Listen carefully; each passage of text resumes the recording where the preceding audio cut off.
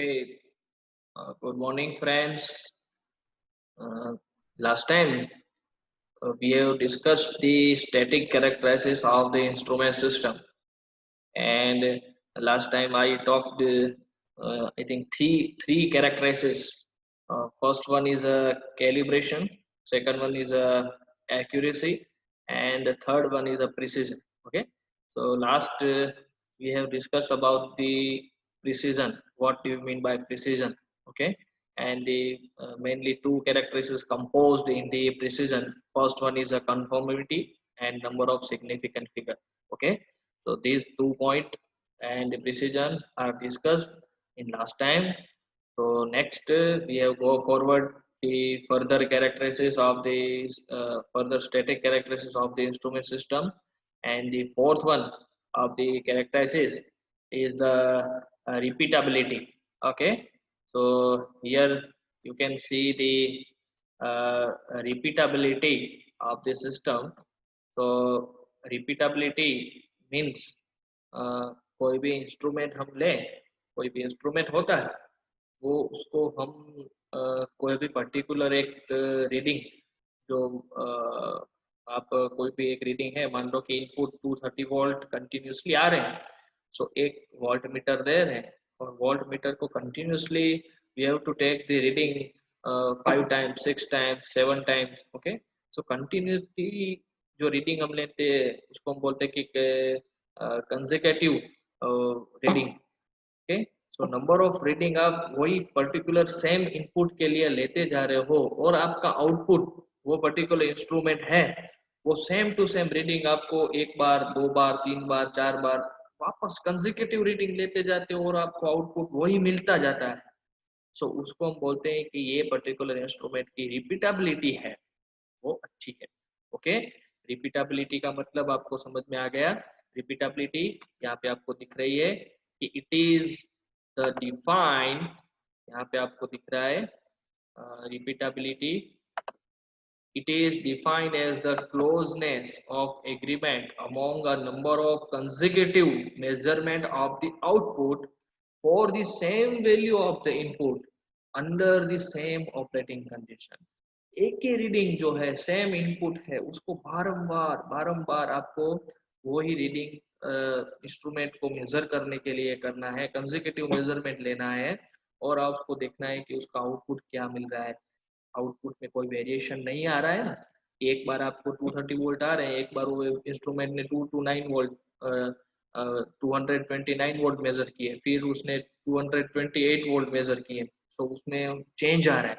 सो उसकी रिपीटेबिलिटी अच्छी नहीं है वो इंस्ट्रूमेंट की. ठीक है, सो उसका हम रिपीटेबिलिटी में वो कंसिडर हम कर सकते हैं. ठीक है, रिपीटेबिलिटी का मतलब समझ में आ गया. रिपीटेबिलिटी किसको बोलते हैं. Now next the another characteristic is the reproducibility. तो reproducibility of the instrument system किसको बोलेंगे.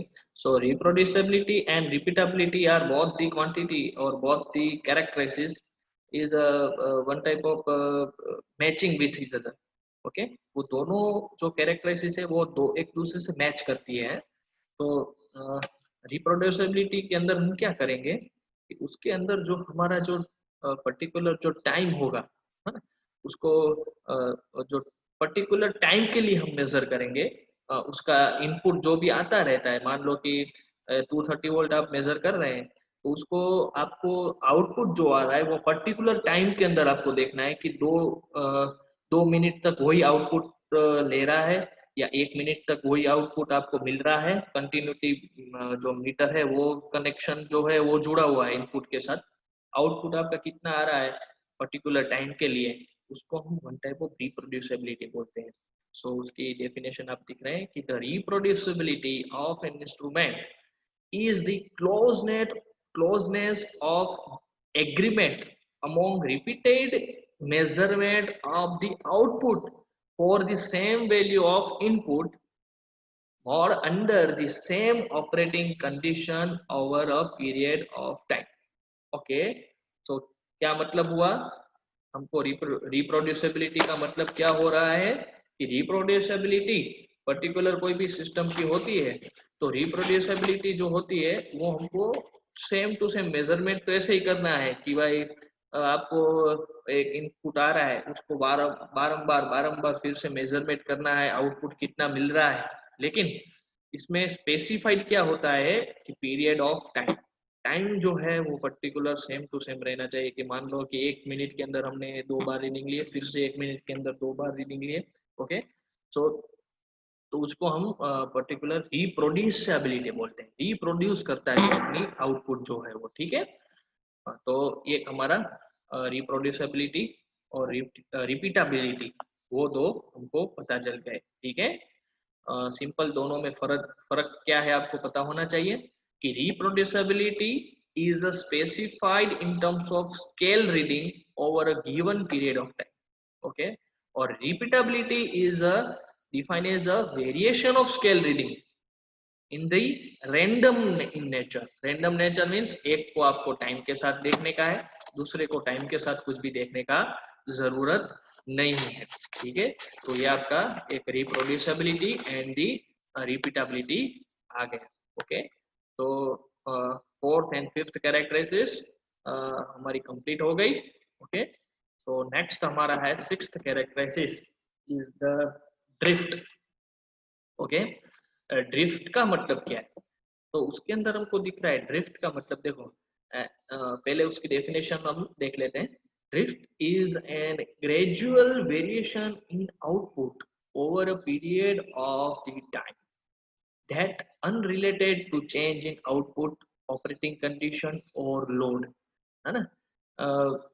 कि ड्रिफ्ट का मतलब क्या होता है, कभी कभी बार आप देखना कोई भी इंस्ट्रूमेंट से आप आपकी वैल्यू मेजर करते हो। मान लो कि वोल्ट मीटर आपने लगाया, 230 वोल्ट पहले आपको मिल रहा है, लेकिन ऐसा होता है कि जैसे ही 230 वोल्ट उसने आपको दिखाया इंस्ट्रूमेंट ने, तो फिर आपका थोड़ी देर के बाद वही रीडिंग का वेरिएशन आने का स्टार्ट हो जाता है।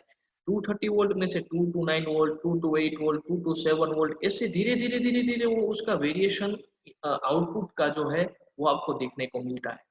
तो वो जो पर्टिकुलरली कोई भी इंस्ट्रूमेंट के अंदर आपको वेरिएशन दिख रहा है कि पहले आपको ट्रू वैल्यू उसने आपको दी मेजर करके, फिर उसका वेरिएशन ज्यादा बढ़ गया, तो उसको हम बोलते हैं, कोई भी इंस्ट्रूमेंट का ड्रिफ्ट बोलते हैं।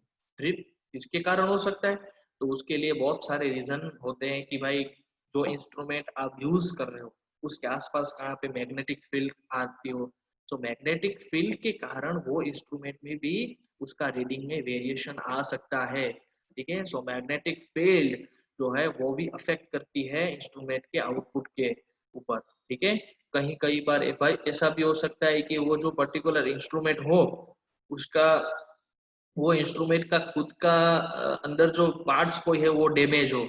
हाँ, कोई इंस्ट्रूमेंट है तो खुद की ऐसा हो कि वो इंस्ट्रूमेंट की एज हो गई हो। एजिंग का इफेक्ट आपको पता होगा कि कोई इंस्ट्रूमेंट नया लेते हो तब जो रीडिंग देता है, और वही इंस्ट्रूमेंट आप 5-6 साल यूज करते हो, ठीक है, बाद में रीडिंग देता है, तो उसमें फर्क होता है। ठीक है, सो हम भी एक ह्यूमन नेचर है, हम भी एक ह्यूमन है। तो हम क्या है कि जब हम जवान होते हैं 20-25 साल के, तब हम दौड़ते हैं तो हमारी एनर्जी जबरदस्त होती है, और हमारा जैसे ही हमारी एज बढ़ती जाती है तो हमारी खुद की जो रनिंग है, खुद की जो एफिशिएंसी है उसमें फर्क पड़ता है। ठीक है, तो वैसे ही इंस्ट्रूमेंट के अंदर भी फर्क पड़ता है। नया इंस्ट्रूमेंट होता है तो उसका रीडिंग अच्छा होता है, हाँ? उसकी एक्यूरेसी भी अच्छी होती है। बाद में धीरे धीरे जैसे ही एजिंग इफेक्ट आती जाती है इंस्ट्रूमेंट के ऊपर, तो वो इंस्ट्रूमेंट का रीडिंग एक्यूरेसी वो सब में धीरे धीरे फर्क पड़ने का स्टार्ट हो जाता है, आपको डिफरेंस दिखता है। ठीक है, तो वो हमारा जो है वो हमारी डेफिनेशन ड्रिफ्ट के ऊपर थी। ठीक है, तो उसको हम ड्रिफ्ट बोलते हैं। ठीक है, next definition is a very important definition and interesting definition, it is a sensitivity. Okay, sensitivity का क्या मतलब है, कि सेंसिटिविटी मीन्स क्या, तो हम खुद का एक कोई एग्जांपल लें कि हमको कोई बोलता होगा कि भाई मैं बहुत सेंसिटिव आदमी हूँ। तो सेंसिटिव आदमी का मतलब क्या होता है, कि सेंसिटिव आदमी का मतलब कि कोई भी आदमी मान लो कि रात को सोता है, ऐसा भी बहुत सारे ऐसे आदमी होते हैं, है ना, कि रात को सोते हैं तो उसके आसपास मीन्स वो सो जाते हैं, बाद में उसके आसपास कोई ऐसी मूवमेंट हो या कोई आने जाने का ऐसा लगे, तो वो उसको पता चल जाता है हाँ कि कोई आ रहा है जा रहा है, तो उसको हम बोलते हैं कि वो बहुत सेंसिटिव आदमी है। दूसरा क्या, कि कहीं कई बार आपको पता हो कि भाई आप बैठे हो, आपके ऊपर मान लो कि मच्छर आ रहा है और मच्छर आपको काट रहा है, तो आपको जैसे ही कोई मच्छर बैठे तो आपको डायरेक्टली पता चल जाता है कि हाँ मेरे ऊपर मच्छर बैठा है, तो आप डायरेक्टली उसको हटा देते हो आप। तो वो आपको पता चल जाता है आपके जो बॉडी है उसको, तो उसको क्या बोलते हैं हम, सेंसिटिव बोलते हैं कि हमारी बॉडी सेंसिटिव है। तो हमारी बॉडी उसी हिसाब से रिएक्ट करती है कि कुछ मेरे, मैं यहाँ पे बैठा हूँ, कुछ मेरे ऊपर, या यहाँ पे मान लो कि सामने बैठा हूँ और मेरी ये जो मेरा आपको फेस दिख रहा है उसके ऊपर कोई चीज ऐसे गिरे, तो मैं क्या करूंगा, डायरेक्टली अपना हाथ से ऐसे हटा दूंगा, ऐसा कुछ करूंगा। तो वो क्यों हो रहा है, तो क्योंकि मेरी खुद की बॉडी ऐसी सेंसिटिव बॉडी है। इन सेंसिटिविटी किसको बोलेंगे, फॉर द इंस्ट्रूमेंट के लिए, कि कोई भी इंस्ट्रूमेंट सिस्टम के साथ जुड़ा है, वो कंटिन्यूसली अपनी मेजरमेंट कर रहा है, लेकिन कभी कभी बार इनपुट में कोई भी वेरिएशन आए, छोटा सा वेरिएशन जो इनपुट में आए, तो वो अपना आउटपुट उसी हिसाब से चेंज करना चाहिए। मान लो कि आपने volt meter 230 volt single phase के लिए मेजर कर रहे हो, आपने कनेक्शन दे दिया, वोल्ट मीटर को लगा दिया सर्किट के साथ, तो वो 230 वोल्ट कंटिन्यूसली मेजर करता रहता है। लेकिन कभी कभी बार ऐसा हुआ कि आपके घर के अंदर वोल्टेज का वेरिएशन आया, वोल्टेज बढ़े या कम हुए, तो इनपुट चेंज हुआ। तो इनपुट चेंज हुआ तो उसी वक्त आपका आउटपुट जो है, इंस्ट्रूमेंट का आउटपुट, इंस्ट्रूमेंट का रीडिंग, उसी वक्त आपको चेंज देना चाहिए। मान लो कि वो चेंज नहीं देता है, तो उसको मतलब समझ गए कि उसकी सेंसिटिविटी अच्छी नहीं है। ठीक है, सेंसिटिविटी का मतलब अब हम पढ़ते हैं क्या है।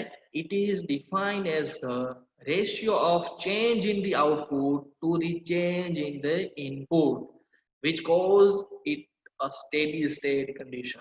ओके, कि आपको इनपुट में कोई भी चेंज आए तो डायरेक्टली इंस्ट्रूमेंट जो है वो आपको आउटपुट चेंज होना चाहिए, आपका डायरेक्टली आउटपुट चेंजेबल होना चाहिए। ठीक है, इसलिए आपको ऑलवेज कोई भी इंस्ट्रूमेंट की इनपुट एंड आउटपुट कैरेक्टराइसिस ड्रॉ करो तो आपको डायरेक्टली लीनियर कैरेक्टराइसिस मिलनी चाहिए। लीनियर का मतलब क्या है, इनपुट में चेंज आ रहा है तो आउटपुट में डायरेक्टली चेंज उतना ही आना चाहिए, तो वो हमारी हो जाती है sensitivity of the instrument system. Okay, तो सेवंथ हमारी कैरेक्टराइसिस थी सेंसिटिविटी। ओके, उसके बाद वाली जो कैरेक्टराइसिस है वो कभी कभी बार पूछ जाती है कि भाई रेजोल्यूशन। रेजोल्यूशन का मतलब क्या है, कि रेजोल्यूशन का मतलब है कि कोई भी आपका इंस्ट्रूमेंट हो, वो आपके जो इंस्ट्रूमेंट है उसमें उसकी कोई लिमिट होती है। ठीक है, कि वो इतना मेजर कर सकता है या इतना मेजर कर सकता है। ठीक है, तो उसका डेफिनेशन देखें कि it is the least incremental value of input और output that can be detected, caused or otherwise discriminated by a measuring device। Means कि आपकी छोटी सी छोटी वैल्यू कोई भी इंस्ट्रूमेंट आपको आउटपुट में चेंजेबल दे दे करके, मीन्स इनपुट में छोटी सी छोटी वैल्यू चेंज होती है तो आउटपुट में डायरेक्टली वो चेंजेबल दिखा दे, तो उसको हम रिजोल्यूशन बोल सकते हैं। रिजोल्यूशन एंड सेंसिटिविटी दोनों एक दूसरे से मैच होते हैं। ठीक है, कि थोड़ा थोड़ा वेरिएशन इनपुट में, थोड़ा सा ही इनपुट में वेरिएशन हो तो आपको वो आउटपुट में वेरिएशन मिल जाए इंस्ट्रूमेंट का, तो उसको हम वन टाइप ऑफ उसका रिजोल्यूशन अच्छा है ऐसा हम बोल सकते हैं। ठीक है, सो वो हम रिजोल्यूशन की उसके अंदर बात हम करते रहते हैं। तो रिजोल्यूशन इन टर्म्स ऑफ दूसरी उसकी आपको डेफिनेशन ये थोड़ी हार्ड लग रही हो तो दूसरी की डेफिनेशन है कि the smallest change in the measured value to which the instrument will respond। Simple है, smallest change in the value of the measured value, the instrument which the uh, uh, means instrument which the respond according to that, कि छोटी सी छोटी value input में change हो रही है तो output में आपको वो वैल्यू चेंजेबल मिल जाए। ठीक है, सो हमारा रिजोल्यूशन के बारे में बात होती है। ठीक है, सो हमारा रिजोल्यूशन उसको हम रिजोल्यूशन बोलते हैं। ओके, नेक्स्ट वन है डेड जोन। डेड जोन किसको बोलेंगे, तो नाम से ही हमको पता चल जाता है कि भाई डेड जोन, उसको डायरेक्टली पता चल जाता है। देखते हैं Dead zone is the largest range of value of measured variable to which the instrument does not respond. Dead zone का मतलब इंस्ट्रूमेंट की मैक्सिमम, जो कोई भी इंस्ट्रूमेंट होता है उसकी कुछ लिमिट होती है कि उस लिमिट के बाहर कोई भी रीडिंग आएगा तो वो रिस्पॉन्ड नहीं कर पाएगा। मान लो कि 230 वोल्ट का इंस्ट्रूमेंट है और 235 वोल्ट इनपुट में आ गए तो वो 230 वोल्ट से ज्यादा मेजर ही नहीं कर सकता, तो 230 वोल्ट 235 वोल्ट का कोई मेजर में आउटपुट वो देगा नहीं, तो उसका वो डेड जोन हो गया है।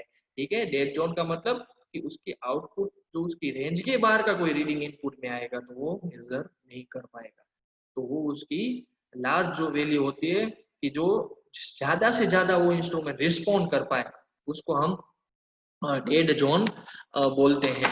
ठीक है, सो ये हमारा एक डेड जोन के बारे में हमने बताया कि डेड जोन क्या है। ओके, नेक्स्ट उसमें भी एक है ओके बैकलेस। ओके, बैकलेस का मतलब क्या है कि मैकेनिकल हिस्ट्रेसिस भी बोल सकते हैं और उसको गुजराती में हम बोलते हैं नकारात्मक प्रक्रिया। ओके ओके, तो नेगेटिव प्रोसेस और उसको हम बोलते हैं बैकलेस। तो उसका क्या है, डेफिनेशन में देखें, it is the define as the lost motion or free play which is inherent in a mechanical element such as gear, linkage or other mechanical transmission device that are not rigidly connected। Backless का मतलब होता है कभी कभी बार instrument जो होता है उसका पॉइंटर आप देखने जाओ तो वो खुद अपने रीडिंग नहीं होता है तो भी मूवमेंट करता रहता है। ठीक है, सो मूवमेंट करता रहता है तो उसको हम पहले से ही देखने जाए कि मान लो कि कोई इंस्ट्रूमेंट ऐसा हो कि कभी कभी बात देखना एनालॉग इंस्ट्रूमेंट में क्या होता है कि उसकी जो पॉइंटर होती है ना तो वो पॉइंटर पहले से ही थोड़ा बहुत अपनी जो जीरो वैल्यू होनी चाहिए, जो स्टार्ट होना चाहिए उससे पहले थोड़ा बहुत आगे होता है। देखना, तो छोटा सा जो चेंज है वो आपको डायरेक्टली आउटपुट में जो वैल्यू मिलेगी वो ट्रू नहीं मिलेगी, वो पहले से ही आपको थोड़ी बहुत एरर पहले से ही रह गई। तो बैकलेस में क्या क्या हो सकता है, इसके कारण क्या हो सकते हैं कि भाई उसका जो पॉइंटर है वो गियर मैकेनिज्म बराबर ना हो या कोई लिंकेज भी इसमें प्रॉब्लम हो, है ना, मैकेनिकल कोई छोटी सी प्रॉब्लम हो उसके कारण वो पॉइंटर आपको एक्चुअल वैल्यू नहीं दिखा सकता, वो एरर दिखाता है। ठीक है, तो उसको हम वन टाइप ऑफ बैकलेस के नाम पे बोलते हैं कि उसको हम बैकलेस बोलते हैं। ओके, सो बैकलेस के अंदर भी दूसरी कुछ डेफिनेशन देखने जाएं कि बैकलेस का मतलब क्या है। सो बैकलेस के अंदर ऐसा भी बोल सकते हैं कि it is defined as the maximum distance और angle through which any part of the mechanical system can be moved in one direction without causing motion of the next part। Okay, कि मैक्सिमम हमारा कोई instrument है उसकी maximum जो range है वहां तक हम उसको लेके जाते हैं तो भी वो कोई भी दूसरे जो है जो उसकी मैकेनिज्म है उसको कोई भी वो इफेक्ट नहीं देता है, उसको अफेक्ट नहीं करता है, उसको हम बैकलेस के तौर पे बोलते हैं। ठीक है, तो वो हमारा बैकलेस है। फिर एक छोटी सी डेफिनेशन है ट्रू वैल्यू। तो हमको पता ही है कि भाई ट्रू वैल्यू किसको बोलते हैं, कि भाई ट्रू वैल्यू किसको बोलेंगे कि भाई जो इंस्ट्रूमेंट का रीडिंग होगा उसमें से हम स्टैटिक एरर बात करते हैं तो हमको ट्रू वैल्यू मिल सकती है। ट्रू वैल्यू का मतलब क्या होता है पता है ना, कि भाई ट्रू वैल्यू का मतलब होता है कि मान लो कि 230 वोल्टेज हमारे घर के अंदर आ रहे हैं तो वो ट्रू वैल्यू है कि 230 वोल्टेज है, लेकिन कोई भी इंस्ट्रूमेंट 230 वोल्ट प्योरली मेजर नहीं कर सकता है, थोड़ी बहुत एरर उसके अंदर रहती है। सो उसको हम बोल सकते हैं कि भाई जो इंस्ट्रूमेंट रीडिंग लेता है उसमें से स्टैटिक जो एरर बाद हम करते हैं वो हमारी ट्रू वैल्यू होती है। ठीक है, तो सिंपल है कि ट्रू वैल्यू किसको बोलेंगे। ओके, तो आज हमने इतना सब डेफिनेशन हमने स्टैटिक कैरेक्टरिस्टिक्स की सब डेफिनेशन हमने देखी यहाँ पे, टोटल शायद 9 या 10 डेफिनेशन हमने टोटल देखी है। ठीक है, उसके पहले वाले वीडियो में, लास्ट वीडियो में हमने जो प्रिसीजन था वहां तक देखा था। ठीक है, सो आज ये वीडियो में मैं आपको टोटल जो स्टैटिक कैरेक्टरिस्टिक्स के पूरी की पूरी ये टॉपिक खत्म हो रहे हैं इसलिए मैं आपको उसका असाइनमेंट जो है वो एक देता हूँ वो दोनों वीडियो को लेकर एक ही असाइनमेंट में कवर करता हूँ, क्योंकि ये स्टैटिक कैरेक्टरिस्टिक्स वाला हमारा खत्म हुआ इसमें। तो असाइनमेंट के तौर पे मैं आपको 2 क्वेश्चन देता हूँ। फर्स्ट क्वेश्चन है कि what do you mean by static characteristics, static characteristics का मतलब क्या है। ओके, तो फर्स्ट क्वेश्चन वो हुआ। दूसरा क्वेश्चन है हमारी डेफिनेशन।